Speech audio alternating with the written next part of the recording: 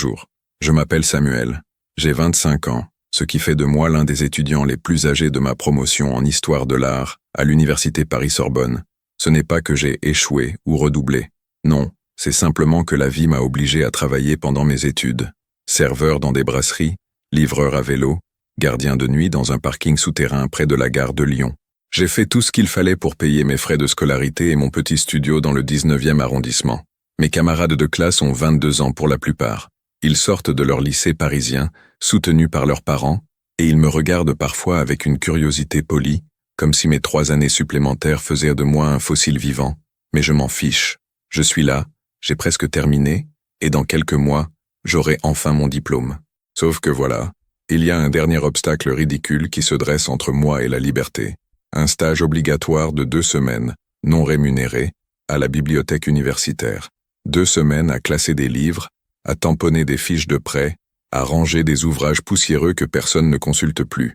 Un stage inutile, bureaucratique, une formalité administrative que l'université impose à tous ses étudiants en dernière année. Un châtiment silencieux avant la délivrance. Je n'imaginais pas que ces 2 semaines allaient changer ma vie. Je n'imaginais surtout pas que je finirais par connaître intimement chaque recoin de cette bibliothèque, ni que j'apprendrais à lire le silence différemment, ni que je découvrirais que derrière les rangées de livres anciens et les tables de lecture solennelles se cachait une femme qui allait bouleverser tout ce que je croyais savoir sur le désir et la connexion humaine. La bibliothèque de la Sorbonne est un lieu intimidant. C'est un bâtiment historique avec ses hauts plafonds voûtés, ses fenêtres étroites qui laissent filtrer une lumière tamisée, ses escaliers en colimaçon qui mènent aux sections les plus obscures des archives. L'odeur y est particulière, un mélange de papier vieilli, de poussière accumulée et de silence presque palpable. Les étudiants qui y viennent parlent à voix basse, comme dans une église. On y respecte une liturgie non écrite. Pas de téléphone, pas de nourriture, pas de bruit. C'est un sanctuaire du savoir et moi, j'étais censé y passer 2 semaines à faire le travail le plus ingrat qui soit. Le premier jour, je me suis présenté à 9 heures du matin, vêtu d'un jean propre et d'une chemise blanche que j'avais repassée la veille. Je voulais faire bonne impression, même si je savais que personne ne se soucierait vraiment de moi. On m'a dirigé vers le bureau principal, une petite pièce vitrée au rez-de-chaussée, où j'ai attendu pendant 10 minutes avant qu'elle n'apparaisse. Lucie Bertrand. C'est ainsi qu'elle s'est présentée, d'une voix neutre, professionnelle, sans sourire. Elle avait 37 ans, même si je ne l'ai appris que plus tard. À première vue, elle incarnait parfaitement le stéréotype de la bibliothécaire sévère. Cheveux châtains tirés en un chignon serré, lunettes à monture fine, chemisier blanc boutonné jusqu'au cou, gilet gris ajusté par-dessus, jupe crayon noir qui s'arrêtait juste en dessous des genoux, et des talons bas et discrets. Son visage était beau, mais fermé. Ses yeux verts me scrutèrent rapidement, comme si elle évaluait instantanément si j'allais être un problème ou non. Je lui ai tendu la main. Elle l'a serrée brièvement, avec une froideur efficace, puis elle a consulté une fiche posée sur son bureau. Samuel Moreau, stage obligatoire, 2 semaines, dernière année en histoire de l'art, a-t-elle récité sans lever les yeux. C'est exact, ai-je répondu. Elle a hoché la tête. Très bien, vous allez m'assister dans la gestion quotidienne de la bibliothèque. Cela inclut le classement des ouvrages retournés, la mise à jour des fichiers informatiques, le rangement des sections thématiques et l'aide aux étudiants si nécessaire. Vous travaillerez de 9 heures à 17 heures avec une pause déjeuner d'1 heure. Des questions? J'ai secoué la tête. Non, madame. Appelez-moi Lucie, a-t-elle corrigé sèchement. Puis elle s'est levée et m'a fait signe de la suivre. Les premiers jours ont été exactement ce que j'avais anticipé. Monotone, répétitif, étouffant. Lucie m'a assigné les tâches les plus basiques. Je passais mes matinées à pousser un chariot rempli de livres retournés, à consulter les codes de classification Dewey, à grimper sur des escabeaux pour remettre des volumes à leur place. Je rangeais des ouvrages sur l'architecture baroque, sur la peinture flamande, sur la sculpture médiévale. Des sujets qui auraient dû me passionner, puisque c'était mon domaine d'étude, mais qui me semblaient étrangement vides dans ce contexte. Lucie, pendant ce temps, restait à son bureau, ou circulait silencieusement entre les rayons, vérifiant que tout était en ordre. Elle ne me parlait que pour me donner des instructions. Samuel, la section Renaissance est en désordre. Remettez-la en état avant midi. Samuel, un étudiant a besoin d'aide pour trouver des références sur le Caravage. Occupez-vous-en. Samuel, vous avez oublié de tamponner cette fiche de prêt. Soyez plus attentif. Sa voix était toujours la même, calme, mesurée, impersonnelle. Elle me traitait comme un employé temporaire sans importance, ce que j'étais effectivement. Je ne lui en voulais pas. C'était son territoire et j'étais juste un intrus obligé d'y passer 2 semaines avant de disparaître. Mais quelque chose en elle m'intriguait. Sous cette façade rigide, sous ce contrôle absolu qu'elle exerçait sur son environnement, je sentais une tension, quelque chose de contenu, de réprimé. Je la surprenais parfois en train de fixer le vide, les yeux perdus au-delà des fenêtres, comme si elle était ailleurs. D'autres fois, je remarquais qu'elle se massait discrètement la nuque, ou qu'elle déboutonnait puis reboutonnait le col de son chemisier avec un geste nerveux. Elle ne souriait jamais. Elle ne riait jamais. Elle existait dans un état permanent de maîtrise de soi, et cela me fascinait autant que cela me mettait mal à l'aise. Le jeudi de ma première semaine, quelque chose a changé. C'était une journée particulièrement chaude, pour un mois d'avril. Le système de ventilation de la bibliothèque était archaïque et inefficace, et la chaleur s'accumulait entre les rayonnages comme dans une serre. À 14 heures, après ma pause déjeuner, je suis retourné à ma tâche du jour, réorganiser la section consacrée à l'impressionnisme français. C'était une zone isolée, située au fond du 2e étage, près d'une fenêtre condamnée et loin du passage des étudiants. J'étais seul, ou du moins je le croyais, transpirant dans ma chemise, empilant des monographies sur Monet et Renoir, quand j'ai entendu des pas derrière moi. Je me suis retourné. Lucie se tenait là, à quelques mètres, une pile de livres dans les bras. Elle aussi semblait affectée par la chaleur. Des mèches de cheveux s'étaient échappées de son chignon habituellement impeccable et collaient légèrement à ses tempes. Son visage était légèrement rosé. Et surtout, pour la première fois depuis mon arrivée, elle avait déboutonné le col de son chemisier, révélant une fine ligne de peau pâle à la base de son cou. « Il fait une chaleur insupportable ici », a-t-elle dit, plus pour elle-même que pour moi. Je ne savais pas quoi répondre. J'ai hoché la tête. Oui, c'est vrai. Elle a déposé les livres sur une table proche, puis elle a porté une main à son gilet gris. Et là, sans me regarder, elle a commencé à déboutonner son gilet. Un bouton, puis un deuxième, puis un troisième. Ses doigts bougeaient avec une lenteur délibérée, presque hypnotique. J'ai détourné les yeux instinctivement, gêné, ne sachant pas où regarder. Mais elle a continué. « J'ai trop chaud derrière », a-t-elle murmuré, comme pour justifier son geste. Sa voix était différente, moins contrôlée, plus douce, presque vulnérable. Elle a retiré le gilet complètement et l'a posé sur le dossier d'une chaise. Sous le gilet, son chemisier blanc épousait plus clairement la forme de son corps. Je pouvais voir la courbe de ses épaules, la ligne de sa taille. Elle a croisé mon regard et pour la première fois, elle ne l'a pas détourné immédiatement. Il y a eu un silence, long, lourd, chargé de quelque chose que je ne comprenais pas encore. « Vous pouvez retirer votre chemise si vous avez trop chaud », a-t-elle dit finalement d'un ton qui se voulait désinvolte mais qui sonnait étrangement intime. « Je ne vais pas vous réprimander pour ça. » J'ai ri nerveusement. « Je vais survivre. » Elle a esquissé quelque chose qui ressemblait presque à un sourire. Puis elle est repartie, me laissant seul avec mes pensées confuses et une tension nouvelle qui flottait dans l'air. Après cet épisode, les choses ont subtilement changé entre nous. Lucie est devenue moins distante. Elle ne souriait toujours pas vraiment, mais elle me parlait davantage. Elle posait des questions sur mes études, sur mes projets après le diplôme, sur les raisons pour lesquelles j'avais choisi l'histoire de l'art. Je lui racontais mes années de travail, mes nuits de livraison à vélo sous la pluie, mes matins où je m'endormais en cours parce que j'avais terminé un shift de gardien à 6 heures. Elle m'écoutait avec une attention que je n'avais pas anticipée. « Vous avez du courage », m'a-t-elle dit un jour alors que nous rangions ensemble une collection de catalogues d'exposition. Beaucoup de gens auraient abandonné. Je n'avais pas vraiment le choix, ai-je répondu. « Si vous aviez le choix », a-t-elle insisté doucement. « Vous auriez pu choisir la facilité. Vous ne l'avez pas fait. » Je ne savais pas quoi dire. J'ai murmuré un remerciement maladroit. Elle a continué à travailler en silence, mais je sentais quelque chose dans l'air entre nous.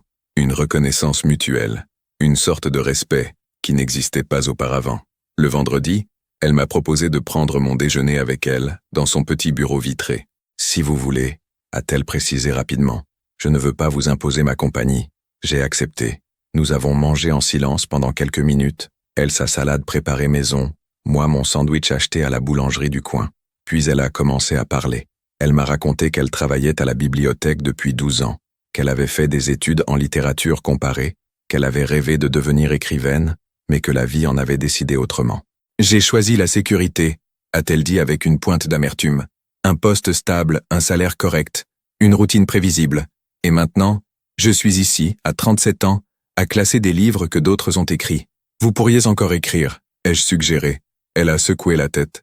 Non, cette part de moi est morte il y a longtemps. Il y avait quelque chose de profondément triste dans sa voix. J'ai voulu dire quelque chose de réconfortant, mais les mots ne venaient pas. Alors je suis resté silencieux, et elle a semblé apprécier ce silence. La deuxième semaine a commencé avec une intensité différente. Lucie me confiait maintenant des tâches plus complexes, qui nécessitaient que nous travaillions ensemble. Lundi matin, elle m'a demandé de l'aider à inventorier une collection rare de manuscrits du XVIIIe siècle qui venait d'être restaurés et qui devait être réintégrés dans les archives. C'était un travail délicat qui exigeait de la précision et de la patience. Nous passions des heures côte à côte dans la salle des archives, un espace confiné au sous-sol de la bibliothèque, éclairé par des lampes fluorescentes froides. Nos mains se frôlaient parfois lorsque nous manipulions les mêmes documents. Elle sentait un parfum discret, floral, qui contrastait avec l'odeur de vieux papier qui imprégnait la pièce. Nous parlions peu pendant ces moments, mais le silence n'était plus inconfortable. Il était devenu complice. Mardi après-midi, alors que nous terminions l'inventaire, la lumière s'est soudainement éteinte. Une panne de courant. Les archives se sont retrouvées plongées dans une obscurité totale. J'ai entendu Lucie inspirer brusquement. « Merde !» a-t-elle murmuré. C'était la première fois que je l'entendais jurer. « Vous avez votre téléphone ?» ai-je demandé. « Oui, attendez. » Une lueur bleutée a illuminé son visage alors qu'elle allumait la lampe torche de son portable. Dans cette demi-obscurité, ses traits semblaient en plus doux, moins sévères. « La porte est verrouillée de l'extérieur », a-t-elle dit après avoir essayé de l'ouvrir. « C'est une mesure de sécurité pour les archives. Quelqu'un va remarquer la panne et venir nous chercher, mais ça peut prendre un moment. » Nous nous sommes assis par terre, adossés contre une étagère métallique. Elle a posé son téléphone entre nous. La lumière pointait vers le plafond, créant une petite bulle de clarté dans le noir. « Vous n'aimez pas le noir ?» ai-je demandé, remarquant sa nervosité. « Non », a-t-elle admis. « Pas depuis que je suis enfant. Je me suis retrouvé coincé dans un ascenseur pendant 1 heure quand j'avais 7 ans. Depuis, les espaces confinés et sombres me mettent mal à l'aise. J'ai tendu ma main dans l'obscurité et j'ai trouvé la sienne. Je l'ai serrée doucement. « Je suis là, ça va aller. » Elle n'a pas retiré sa main. Au contraire, elle a serré la mienne en retour, avec une force qui trahissait sa peur. « Merci », a-t-elle murmuré. Nous sommes restés ainsi pendant ce qui m'a semblé une éternité, mais qui n'était probablement que 15 minutes. Elle a commencé à parler pour combler le silence, pour chasser sa peur. Elle m'a raconté son enfance à Lyon, sa famille stricte et bourgeoise, son père professeur de médecine, sa mère au foyer qui rêvait que sa fille devienne avocate ou médecin. « J'ai toujours été une déception pour eux », a-t-elle dit. « J'ai choisi la littérature. Puis je n'ai même pas réussi à devenir écrivaine. J'ai fini bibliothécaire. Pour eux, c'est un échec. C'est leur vision, pas la vôtre, » ai-je répondu. « Vous êtes la gardienne du savoir. C'est noble. » Elle a ri doucement, un son rare qui m'a surpris. C'est une belle façon de voir les choses.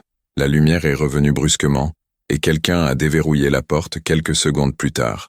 Lucie a lâché ma main rapidement, se relevant et lissant sa jupe avec un geste nerveux. Mais quelque chose avait changé. Une barrière venait de tomber. Mercredi matin, Lucie est arrivée différente. Elle avait laissé ses cheveux détachés.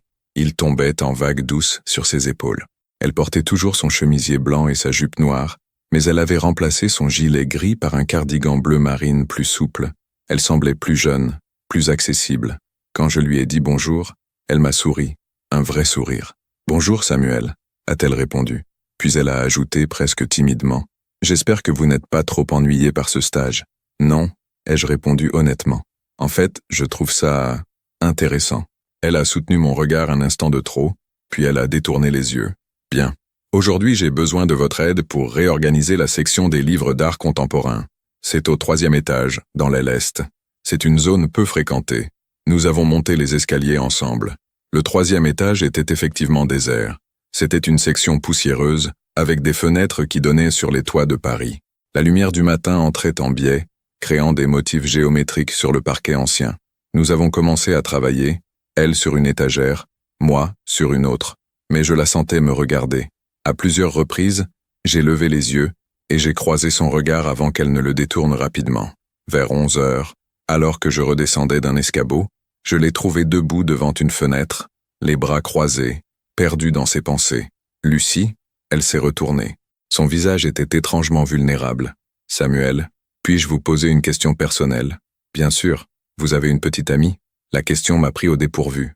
Non, je n'ai pas vraiment eu le temps pour ça ces dernières années. Et vous? Elle a hésité. J'ai été marié. Il y a longtemps. Ça n'a duré que 2 ans. Depuis, je suis seul. Par choix ou par lâcheté, je ne sais plus trop. Pourquoi par lâcheté? Parce que c'est plus simple de rester seul que de risquer d'être à nouveau blessé. Parce que je me suis construite une forteresse ici, dans cette bibliothèque, et que j'ai peur d'en sortir. Elle s'est approchée de moi. Nous étions maintenant à moins d'1 mètre l'un de l'autre. Je pouvais voir les petites rides au coin de ses yeux, la texture fine de sa peau, la montée et la descente de sa poitrine sous son chemisier. Vous me faites penser à quelqu'un que j'ai été, a-t-elle continué. Quelqu'un qui se bat, qui ne renonce pas, qui garde une certaine innocence malgré les difficultés. Vous me rappelez ce que j'ai perdu. Vous ne l'avez pas perdu, ai-je murmuré. C'est juste enfoui. Vous pouvez le retrouver. Elle a tendu la main et avec une douceur qui m'a coupé le souffle, elle a effleuré ma joue. Vous êtes gentil, Samuel. Puis elle a reculé, comme si elle venait de réaliser ce qu'elle avait fait, et elle est retournée à son travail sans un mot de plus. Jeudi, l'air entre nous était électrique. Nous évitions soigneusement de nous toucher, mais chaque proximité devenait chargée de sens. Quand elle me passait un livre, nos doigts se frôlaient, et nous retenions tous deux notre souffle. Quand elle se penchait pour ramasser quelque chose et que je me trouvais derrière elle, je devais détourner les yeux pour ne pas fixer la courbe de son dos, la ligne de sa nuque. Je savais que c'était inapproprié. Elle avait 12 ans de plus que moi. Elle était responsable de mon stage. Techniquement, elle était en position d'autorité, mais l'attraction était indéniable, et je savais qu'elle la ressentait aussi. À 15 heures, elle m'a demandé de la rejoindre dans son bureau. Quand je suis entré, elle était assise derrière son bureau, les mains jointes, le visage grave. « Samuel, asseyez-vous, s'il vous plaît. » Je me suis assis. Mon cœur battait plus vite que de raison. « Je dois vous parler de quelque chose. » A-t-elle commencé, sa voix tremblant légèrement. J'ai conscience que mon comportement ces derniers jours a été inapproprié. Je suis désolé si je vous ai mis mal à l'aise. Vous êtes ici pour un stage, et je suis censé maintenir une relation professionnelle. Je ne l'ai pas fait. Vous ne m'avez pas mis mal à l'aise, ai-je interrompu. Au contraire, elle a levé les yeux vers moi, surprise. Quoi? Vous ne m'avez pas mis mal à l'aise, ai-je répété. J'apprécie chaque moment que nous passons ensemble. J'apprécie que vous me parliez, que vous partagiez vos pensées avec moi. Et j'ai hésité, puis j'ai continué. Et j'aime être près de vous. Le silence qui a suivi était assourdissant. Lucie me fixait, les yeux écarquillés, comme si elle ne savait pas comment réagir. Puis, lentement, elle s'est levée et a contourné son bureau. Elle s'est arrêtée devant moi. « Samuel, j'ai 37 ans, a-t-elle dit doucement. Je suis divorcée. Je travaille dans une bibliothèque, je n'ai aucune passion dans ma vie. Vous êtes jeune, vous avez toute la vie devant vous. Vous ne devriez pas, ne me dites pas ce que je devrais ou ne devrais pas ressentir. » L'ai-je interrompu avec une fermeté qui m'a surpris moi-même. Je sais ce que je ressens, et je pense que vous le savez aussi.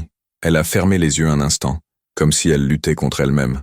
Puis elle a ouvert les yeux et m'a regardé avec une intensité qui m'a transpercé. « Si nous franchissons cette ligne, tout va changer, » a-t-elle murmuré. « Je sais, vous pourriez le regretter. Je ne pense pas. » Elle a posé sa main sur mon épaule. Puis, très lentement, elle s'est penchée vers moi. Nos lèvres se sont touchées. Ce fut un baiser doux, hésitant, presque timide. Mais il contenait une telle charge émotionnelle que j'en ai eu le vertige. Quand nous nous sommes séparés, elle avait les larmes aux yeux. « Je ne sais pas ce que je fais, » a-t-elle chuchoté. « Moi non plus, » ai-je admis. Mais je ne veux pas m'arrêter. Le vendredi, notre dernier jour ensemble, avait une qualité surréelle. Lucie avait réservé une petite salle d'études privée au 4e étage pour que nous puissions finaliser le rapport de stage qu'elle devait soumettre à l'université. Mais dès que nous avons fermé la porte, toute prétention de travail s'est évaporée. Nous nous sommes retrouvés assis l'un à côté de l'autre sur le canapé étroit de la salle, nos corps se touchant de l'épaule à la hanche. Elle a posé sa tête sur mon épaule. « Je ne sais pas comment je vais faire quand vous ne serez plus là, » a-t-elle murmuré. « Vous allez retrouver votre routine. C'est exactement ce qui me fait peur. Je ne veux pas de cette routine. Pas maintenant, pas après vous. » J'ai passé mon bras autour de ses épaules et je l'ai serré contre moi. « Alors ne la reprenez pas. C'est plus compliqué que ça, Samuel. Il y a des règles, des conventions. Je suis une employée de l'université. Si quelqu'un apprend qu'il s'est passé quelque chose entre nous pendant votre stage, je pourrais avoir des problèmes. Alors nous attendrons, ai-je suggéré. Votre stage se termine aujourd'hui. Après ça, vous n'êtes plus mon stagiaire. Vous êtes juste un étudiant et je suis juste une bibliothécaire. » Elle a levé la tête vers moi, un sourire fragile sur les lèvres. « Juste un étudiant et juste une bibliothécaire ? Oui, 2 personnes libres. Elle a embrassé mes lèvres doucement. D'accord. Alors attendons. Nous avons passé le reste de l'après-midi à parler. Elle m'a raconté ses rêves d'enfance, ses espoirs abandonnés, ses regrets. Je lui ai parlé de mes peurs pour l'avenir, de mon incertitude quant à ce que je ferais après mon diplôme, de ma solitude pendant toutes ces années où j'avais travaillé sans relâche. Vous n'êtes plus seul, m'a-t-elle dit. Je ne vous laisserai pas être seul. Quand 17 heures sont arrivées, nous sommes sortis ensemble de la bibliothèque. C'était la première fois que nous franchissions ces portes côte à côte, en tant qu'égaux. Sur le parvis de la Sorbonne, elle s'est arrêtée et m'a regardé. Samuel, puis-je vous inviter à dîner demain soir, quelque part loin d'ici, où nous pourrons être juste nous-mêmes? J'aimerais beaucoup. Elle a souri, un sourire rayonnant qui a transformé son visage. Alors c'est un rendez-vous. Elle s'est éloignée, et je suis resté là, debout sur le parvis, regardant sa silhouette disparaître dans la foule des étudiants. Mon stage était officiellement terminé, mais quelque chose d'autre venait de commencer. Le samedi soir, nous nous sommes retrouvés dans un petit bistrot du Marais, loin du quartier latin et de l'université. Lucie portait une robe simple, bleu marine, et elle avait laissé ses cheveux lâches. Elle était magnifique.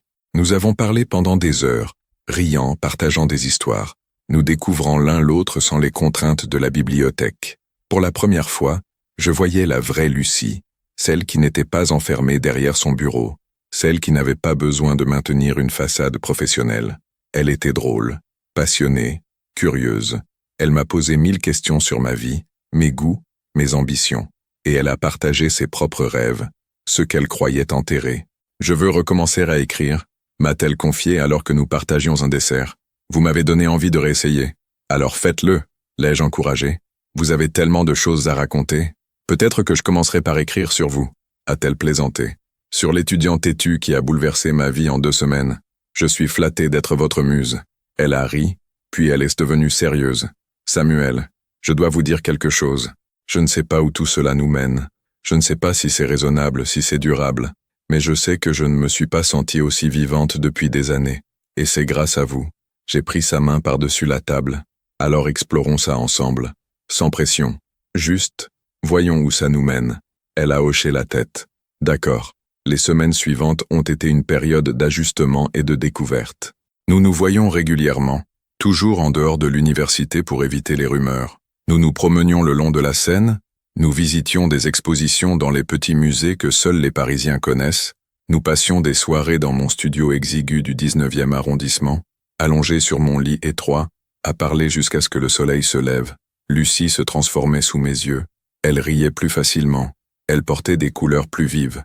Elle avait recommencé à écrire, griffonnant dans un petit carnet noir qu'elle gardait toujours avec elle. Un soir, alors que nous étions assis sur un banc près du canal Saint-Martin, elle m'a lu un passage. C'était un poème sur le silence, sur les choses non dites, sur la peur de vivre. Sa voix tremblait légèrement en lisant, et quand elle a terminé, elle a refermé le carnet avec un geste nerveux. « C'est terrible, n'est-ce pas ?» a-t-elle demandé. « Non », ai-je répondu honnêtement. « C'est beau. C'est vous. » Elle a posé sa tête sur mon épaule. « Merci de me voir. Vraiment me voir. Comment pourrais-je faire autrement ?» Mais tout n'était pas simple. Il y avait des moments de doute, des moments où la différence d'âge entre nous semblait soudainement immense, des moments où Lucie se refermait sur elle-même, convaincue qu'elle était trop vieille pour moi, que je finirais par la quitter pour quelqu'un de plus jeune, de plus vibrant. « Tu vas te réveiller un matin et réaliser que tu as perdu ton temps avec une femme qui approche de la quarantaine, m'a-t-elle dit un soir, alors que nous étions allongés dans mon lit. Je ne pense pas au futur comme ça, ai-je répondu. Je ne calcule pas. Je vis ce que je vis et ce que je vis avec toi est réel. Pourquoi est-ce que ça ne suffirait pas? Parce que la vie n'est pas aussi simple. Peut-être qu'elle devrait l'être. Elle a ri tristement. Tu es tellement idéaliste. Et toi tu es tellement cynique. Peut-être qu'on s'équilibre.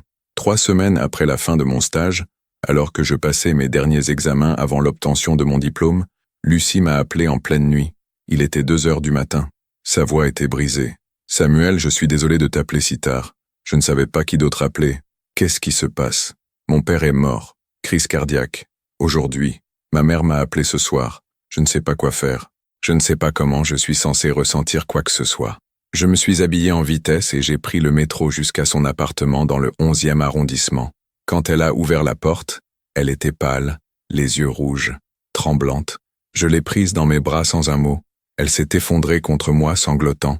Je ne l'aimais même pas, A-t-elle hoqueté entre deux sanglots?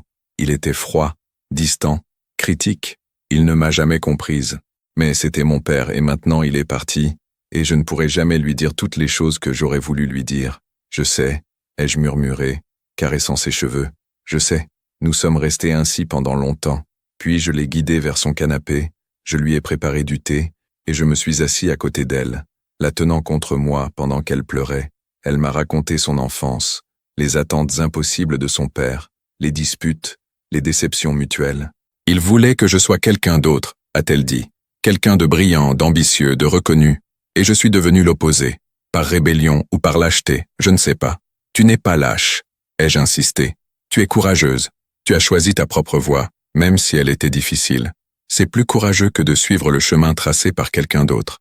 Elle m'a regardé à travers ses larmes. Comment es-tu si sage à 25 ans? Je ne suis pas sage. Je te dis juste la vérité. Je suis resté avec elle toute la nuit. Au matin, elle devait prendre un train pour Lyon pour les funérailles. Je l'ai accompagnée à la gare.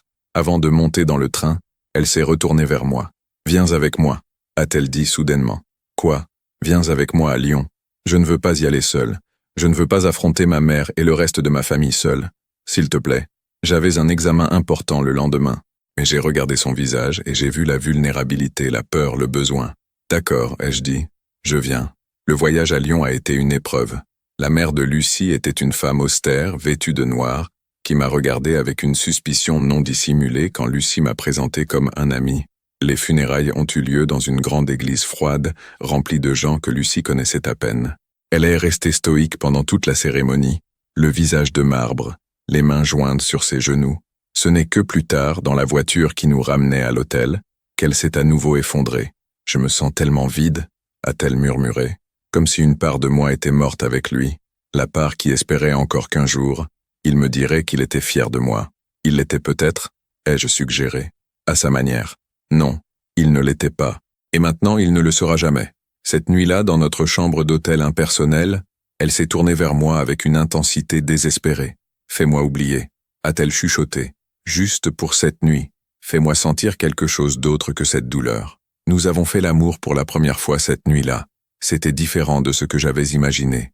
Ce n'était pas léger ou joyeux, c'était profond, presque douloureux dans son intensité. Elle s'accrochait à moi comme si j'étais la seule chose solide dans un monde qui s'effondrait, et moi je la tenais, essayant de lui donner tout le réconfort que je pouvais. Après, alors que nous étions allongés dans le noir, elle a murmuré « Je t'aime, Samuel. Je ne voulais pas te le dire comme ça, pas dans ces circonstances, mais je t'aime. » Mon cœur a bondi dans ma poitrine. « Je t'aime aussi, Lucie. Vraiment, vraiment. » Elle a pleuré à nouveau, mais cette fois, c'étaient des larmes différentes. Des larmes de soulagement, presque de joie malgré la douleur. « Je ne mérite pas quelqu'un comme toi. Arrête de dire ça, » ai-je répondu fermement. « Tu mérites tout le bonheur du monde. » Nous sommes rentrés à Paris 3 jours plus tard. Lucie avait pris une semaine de congé de la bibliothèque. Elle l'a passée principalement chez moi, dans mon petit studio. Nous vivions dans une bulle, isolée du monde extérieur. Elle écrivait dans son carnet pendant que j'étudiais pour rattraper l'examen que j'avais manqué. Nous cuisinions ensemble des repas simples. Nous regardions de vieux films français sur mon ordinateur portable. C'était une période étrange, suspendue, où le deuil et l'amour se mêlaient. Un soir, alors que nous étions assis sur mon petit balcon, regardant le coucher de soleil orange sur les toits de Paris, elle m'a dit « Je veux quitter la bibliothèque ». J'ai été surpris. Pourquoi? Parce que ce n'est pas ma vie. C'était un refuge, une cachette. Mais je ne veux plus me cacher. Je veux vivre. Je veux écrire. Je veux essayer. Et financièrement, j'ai des économies. Pas énormément, mais assez pour tenir quelques mois. Je peux chercher un emploi à temps partiel, quelque chose qui me laisse du temps pour écrire. Je ne sais pas si ça marchera, mais je veux essayer. La mort de mon père m'a fait réaliser que la vie est trop courte pour la passer à faire semblant d'être heureuse. Alors fais-le. L'ai-je encouragée? Je te soutiens. Elle m'a embrassé. Merci. Pourquoi? Pour me donner du courage. Lucie a démissionné de la bibliothèque 2 semaines plus tard. Cela a créé un petit scandale parmi le personnel, surtout parce qu'elle n'a donné aucune explication satisfaisante. Elle a simplement dit qu'elle voulait poursuivre d'autres intérêts. Son départ a aussi déclenché des rumeurs. Certains avaient remarqué qu'elle semblait différente ces dernières semaines, plus heureuse, moins rigide. Quelqu'un a fait le lien avec mon stage. Un étudiant de ma promotion m'a abordé un jour dans les couloirs de l'université. « Hé Samuel, c'est vrai que tu as eu une histoire avec la bibliothécaire? Je ne vois pas en quoi ça te regarde. » Ai-je répondu sèchement. Mec, elle a 12 ans de plus que toi. C'est quoi, un fantasme de MILF ou quoi? J'ai dû me retenir pour ne pas le frapper.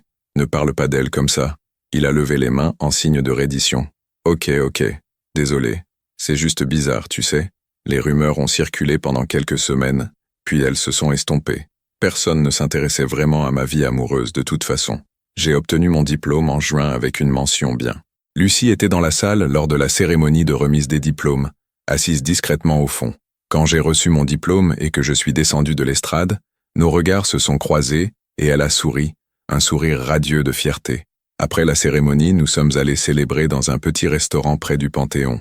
Je suis tellement fier de toi, m'a-t-elle dit, levant son verre. Tu as travaillé si dur pour en arriver là. Et maintenant, je n'ai aucune idée de ce que je vais faire, ai-je admis en riant. Tu trouveras. Tu as du temps. Tu as du talent. Tu trouveras ta voie. Et toi, comment va l'écriture? Lentement. C'est difficile de se remettre, après tant d'années, mais j'avance. J'ai commencé quelque chose. Une sorte de roman autobiographique sur une femme qui se réveille à 40 ans et réalise qu'elle a vécu la vie de quelqu'un d'autre. C'est très personnel. Ça me fait peur. Ça semble magnifique. On verra. Elle a pris ma main. Samuel, je veux te demander quelque chose. Et tu as le droit de refuser. Quoi? Je cherche un nouvel appartement. Quelque chose de plus grand, avec plus de lumière. Un endroit où je pourrais vraiment écrire. Et je me demandais si tu voudrais venir vivre avec moi. Je sais que c'est rapide. Je sais que tu viens juste d'obtenir ton diplôme et que tu ne sais pas encore ce que tu veux faire. Mais je veux être avec toi, pas juste quelques nuits par semaine. Vraiment être avec toi. Mon cœur a bondi. Oui, ai-je répondu sans hésiter. Oui, je veux vivre avec toi. Elle a souri, les larmes aux yeux. Vraiment? Vraiment. Nous avons trouvé un appartement dans le 10e arrondissement, près du canal Saint-Martin. C'était un 2 pièces lumineux au 3e étage d'un vieil immeuble haussmannien. Il y avait de grandes fenêtres qui donnaient sur une cour intérieure tranquille, un parquet en bois usé, et une petite alcôve parfaite pour que Lucie y installe son bureau d'écrivaine. Nous avons emménagé en juillet, par une chaude journée d'été.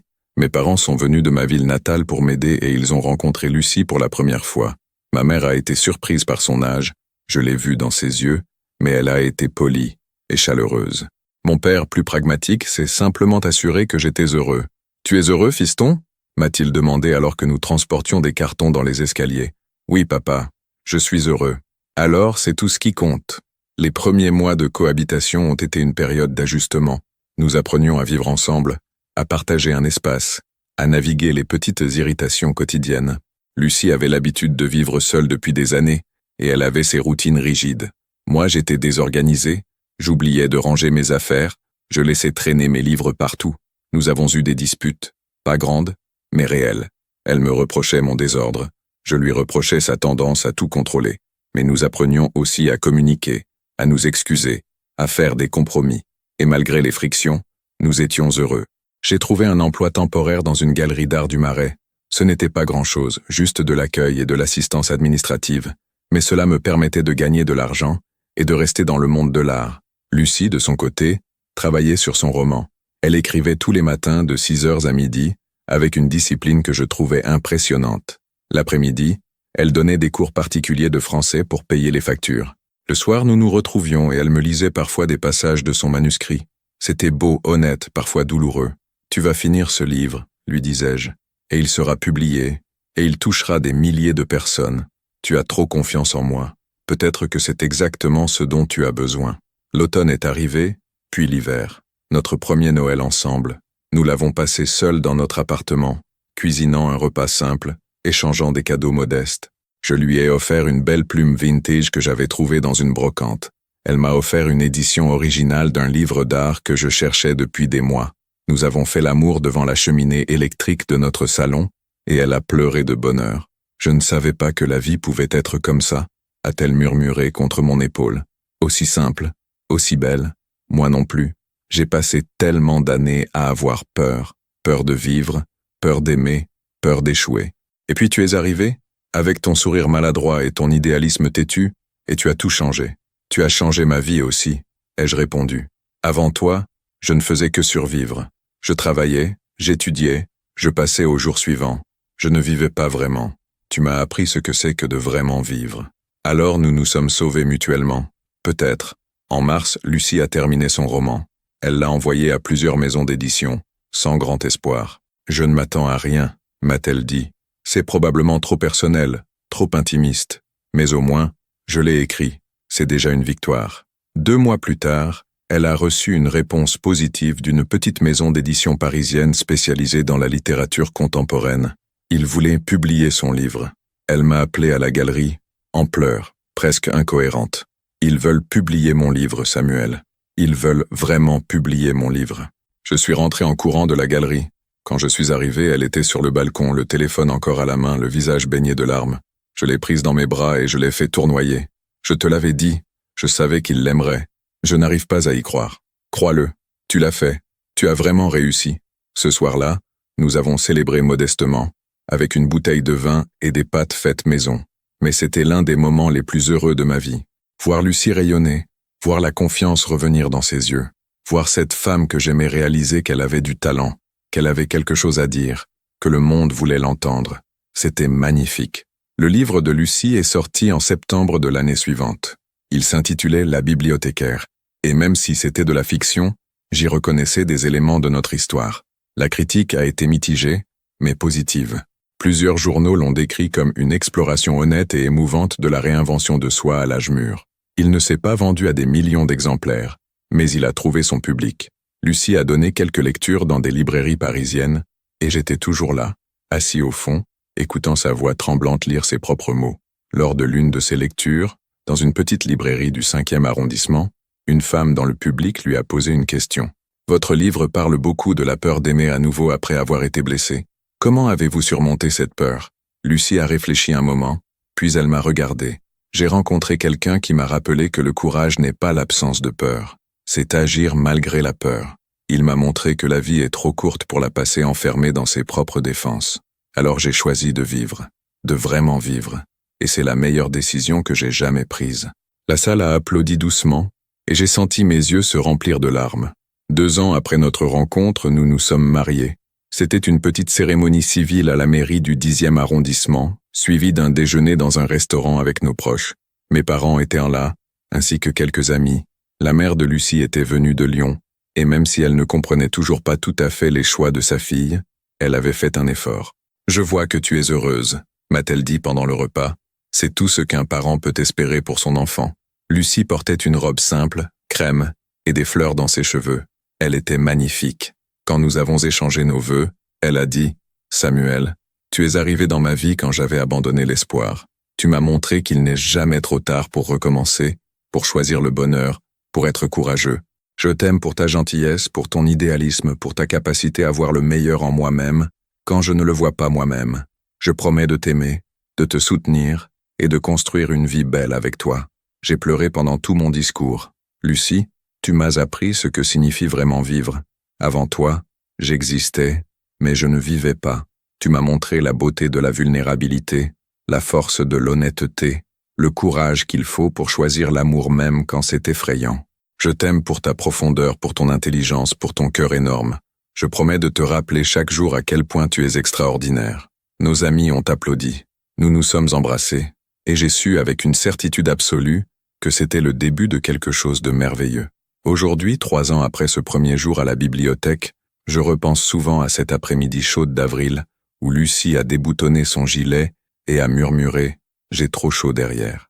Ce moment semblait si insignifiant à l'époque, mais c'était le début de tout. C'était la première fissure dans son armure, la première indication que sous la bibliothécaire sévère se cachait une femme vulnérable, désireuse de connexion, désespérée d'être vue. Nous vivons toujours dans notre appartement près du canal Saint-Martin. Lucie travaille sur son 2e roman. J'ai quitté la galerie et je suis devenu guide touristique spécialisé dans l'art parisien, un travail qui me passionne et qui me permet de partager mon amour de l'histoire de l'art avec d'autres. Nous avons parlé d'avoir des enfants. Lucie a 40 ans maintenant, et elle s'inquiète qu'il soit trop tard. Moi, je lui dis que nous avons le temps, que nous déciderons ensemble quand et si nous sommes prêts. Mais pour l'instant, nous sommes heureux juste nous deux. Nous passons nos week-ends à explorer de nouveaux quartiers de Paris, à visiter des musées, à lire côte à côte sur notre canapé. Nous nous disputons encore parfois. Elle me reproche toujours mon désordre. Je lui reproche toujours son perfectionnisme.